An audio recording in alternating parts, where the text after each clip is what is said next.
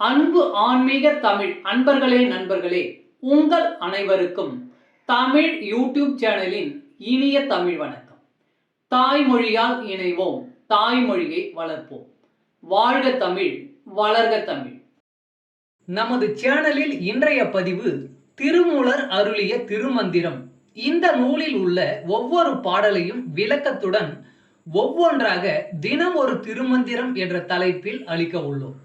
இதனை ஆன்மீக அன்பர்களாகிய நீங்கள் கேட்டு சிவனருள் பெற்று பலன் பெற வேண்டியும், மேலும் இப்பதிவு உங்களுக்கு பிடித்திருந்தால் இப்பதிவிற்கு லைக் மற்றும் ஷேர் செய்தும், அது மட்டுமல்லாமல் இதுவரை இந்த சேனலுக்கு நீங்கள் சப்ஸ்கிரைப் செய்யவில்லை என்றால் இந்த சேனலுக்கு சப்ஸ்கிரைப் செய்து ஆதரவு அளிக்கவும் அன்புடன் கேட்டுக்கொண்டு இப்பதிவினை தொடர்கிறேன். வாருங்கள், தினம் ஒரு திருமந்திரம் அறிவோம். திருமந்திரம் என்னும் நூல் திருமூலரால் தமிழில் அருளப்பட்ட சிவ ஆகமம் ஆகும். சைவ திருமுறைகளின் வரிசையில் திருமந்திரம் 10வது திருமுறையாக வருகிறது. 9 தந்திரங்களாக வகுக்கப்பட்ட இந்நூல் 3000 பாடல்களை கொண்டது.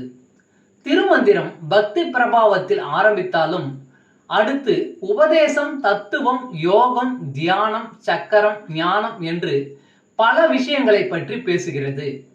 திருமூலர் யோக பயிற்சி தரும் விதம் சுவாரஸ்யமான நடை. அவை வெறும் சூத்திரங்களாக இல்லாமல் படிப்பவர்களுக்கு உற்சாகம் தரும் விதமாக அதன் பலன்களையும் சேர்த்தே சொல்கிறார்.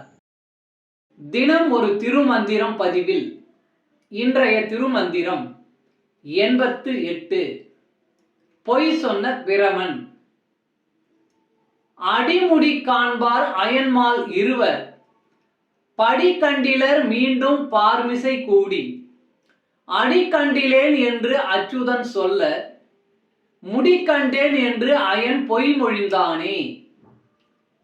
அடிமுடி காண்பார் அயன்மேல் இருவர், படி கண்டிலர் மீண்டும் பார்மிசை கூடி, அடி கண்டிலேன் என்று அச்சுதன் சொல்ல, முடி கண்டேன் என்று அயன் பொய் மொழிந்தானே. பாடலின் விளக்கம். பிரம்மனும் திருமாலும் சிவபெருமானின் திருவடியையும் திருமுடியையும் காண முயன்றனர். சிவனின் தன்மையை அவர்களால் அறிய முடியவில்லை. வானுலகில் இருவரும் மீண்டும் சந்தித்தனர். திருமால் என்னால் சிவபெருமானின் திருவடியை காண முடியவில்லை என்று உண்மையை சொன்னார். பிரம்மன் நான் சிவபெருமானின் திருமுடியை கண்டேன் என்று பொய் சொன்னார். தமிழ் அன்பர்களே நண்பர்களே, இன்று தினம் ஒரு திருமந்திரம் என்ற தலைப்பில் திருமூலரின் திருமந்திரம் பாடலை விளக்கத்துடன் தங்களுக்கு அளித்ததில் நான் பெருமை கொள்கிறேன். மேலும் இப்பதிவு உங்களுக்கு பிடித்திருக்கும் என்று நான் மிகவும் நம்புகிறேன். இப்பதிவு ஏதாவது ஒரு வகையில் உங்களுக்கு பயன்பட்டால் அதில் எனக்கு மிக்க மகிழ்ச்சி. வாழ்க வளமுடன். இறை அருள் பெறுவோம், இன்பமாய் வாழ்வோம். சர்வம் சிவமயம். அன்பு ஆன்மீக தமிழ் அன்பர்களே நண்பர்களே, இவ்வீடியோ பதிவினை கேட்டு இன்புற்று ஆதரவு அளித்த அனைத்து தமிழ் உள்ளங்களுக்கும் எங்கள் உள்ளம் கனிந்த நன்றி.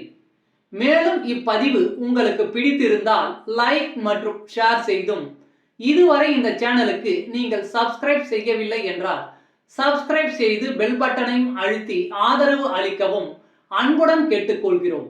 மிக்க நன்றி.